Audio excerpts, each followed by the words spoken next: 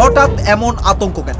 ইরানের পরবর্তী পদক্ষেপ কি এতটাই ভয় ধরিয়ে দিয়েছে যে এবার নিজেদের নাগরিকদের আগে ভাগেই সতর্ক করছে ওয়াশিংটন? আর তাহলে কি মধ্যপ্রাচ্যে সত্যি আরো বড় সংঘাতের কাউন্টডাউন শুরু হয়ে গেছে?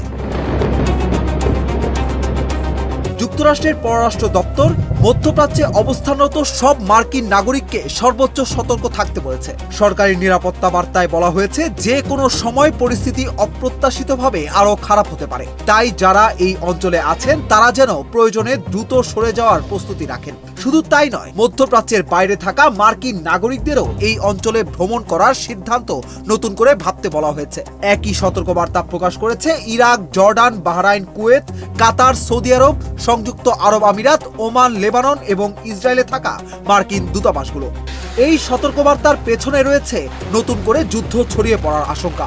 বিভিন্ন মার্কিন গণমাধ্যমের প্রতিবেদনে বলা হয়েছে প্রেসিডেন্ট ডোনাল্ড ট্রাম্প খুব শিগগিরই ইরানের বিরুদ্ধে নতুন এবং আরো বড় ধরনের সামরিক হামলার অনুমোদন দিতে পারেন। খবরে আরো বলা হয়েছে যুক্তরাষ্ট্র ও ইসরায়েল ইরানের জ্বালানি অবকাঠামোকে লক্ষ্য করে বড় আকারের হামলার পরিকল্পনা নিয়ে আলোচনা করছে, যদিও হোয়াইট হাউস আনুষ্ঠানিকভাবে এমন পরিকল্পনার বিস্তারিত নিশ্চিত করেনি। এরই মধ্যে উত্তেজনা আরো বাড়িয়ে দিয়েছে ট্রাম্পের এক মন্তব্য। মন্ত্রিসভার বৈঠকে সাংবাদিকদের উপস্থিতিতেই তিনি বলেন, আমরা তাদের খুব কঠিনভাবে আঘাত করব। এক সময় তারা বলবে আমরা আর সহ্য করতে পারছি না।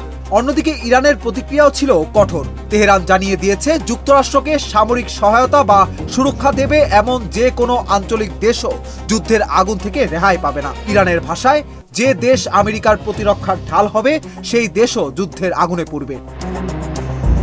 এমন হুমকির মধ্যেই গত কয়েকদিনে আবারও একের পর এক হামলা পাল্টা হামলা হয়েছে। যুক্তরাষ্ট্র জানিয়েছে তারা ইরানের বিভিন্ন সামরিক লক্ষ্যবস্তুতে বড় আকারে বিমান হামলা চালিয়েছে। অন্যদিকে ইরানও ক্ষেপণাস্ত্র ও ড্রোন হামলা চালিয়েছে মধ্যপ্রাচ্যে থাকা মার্কিন স্বার্থ ও সামরিক স্থাপনাগুলোর দিকে। একটি সতর্কবার্তা, কিন্তু তার আড়ালে লুকিয়ে আছে আরো বড় এক আশঙ্কা। যখন কোনো দেশ যুদ্ধ শুরুর আগেই নিজের নাগরিকদের বেরিয়ে যাওয়ার প্রস্তুতি নিতে বলে, তখন বোঝা যায় সামনে কি হতে পারে তা নিয়ে তারাও পুরোপুরি নিশ্চিত নয়।